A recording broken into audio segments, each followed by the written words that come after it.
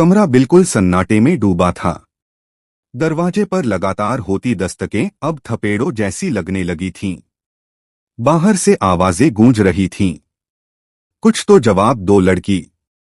कब से पूछ रहे हैं हम। कितनी बार आवाज लगाई, दरवाजा खटखटाया, लेकिन तुमने जवाब क्यों नहीं दिया। आदित्य, आदित्य, आदित्य। आवाज में गुस्सा और बेचैनी साफ झलक रही थी। दरवाजा जोर जोर से पीटा जा रहा था, मानो अगर अंदर से कोई जवाब नहीं आया तो उसे तोड़ ही दिया जाएगा। अंदर खड़ी प्रीत ने कांपते हाथों से दरवाजे का हैंडल पकड़ा। उसने गहरी सांस ली और धीरे से बोली, क्या जवाब दूं मैं। आप सबको लगता है आदित्य सर अंदर हैं, इसलिए आप मुझसे नाराज हो रहे हैं, पर सच ये है, मुझे सच में आपकी आवाज सुनाई ही नहीं दी। बाहर से फिर तीखी आवाज आई, कैसे नहीं सुनाई दी, इतनी जोर से पुकार रहे थे हम। प्रीत ने डरते डरते कहा, यह बहुत बड़ा होटल है, यहाँ के कमरे साउंड प्रूफ होते हैं। अगर सुनाई देता तो क्या मैं दरवाजा नहीं खोलती। शायद पानी की आवाज में दस्तक दब गई। पर आदित्य यहाँ नहीं है। तो फिर कहाँ है आदित्य, बाहर से सवाल दागा गया। प्रीत चुप हो गई। सवाल उसकी रगों में ठंडे पानी की तरह दौड़ गया।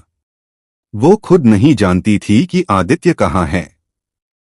कुछ पल के सन्नाटे के बाद उसकी आंखों में वो लम्हे घूमने लगे। कुछ देर पहले ही तो आदित्य उसके सामने खड़ा था, गुस्से, दर्द और इज्जत की बातें करते हुए। तुम अमीर लोग इज्जत को नहीं समझते, प्रीत की आवाज गूंज रही थी। आदित्य ने उस वक्त उसकी आंखों में देखते हुए कहा था, प्रीत, इज्जत मेरे लिए जान से भी बढ़कर है। तुम सोचती हो हमने कुछ गलत किया, हमारे बीच कुछ गलत हुआ। नहीं, उसकी आवाज में ठहराव और कसमों का भार था। माता रानी के सामने हमने वचन लिए थे, चांद को गवाह बनाया था। प्रीत, हमारा रिश्ता पवित्र है, तुम अब सिर्फ मेरी हो। प्रीत को वो शब्द आज भी चीरते थे। उसका दिल धड़क रहा था।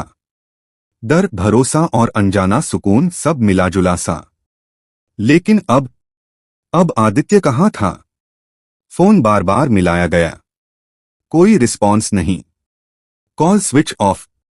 गौरव की आवाज फोन पर टूटी टूटी सी आई, आदि, जल्दी आ जा यार, यहां हालात हाथ से निकल रहे हैं, मैं संभाल नहीं पा रहा। आदित्य ने उस वक्त कहा था, प्रीत, मुझे जाना पड़ेगा, गौरव मुश्किल में है। अब कमरे में प्रीत अकेली थी। बाहर से दस्तकें अब भी हो रही थीं।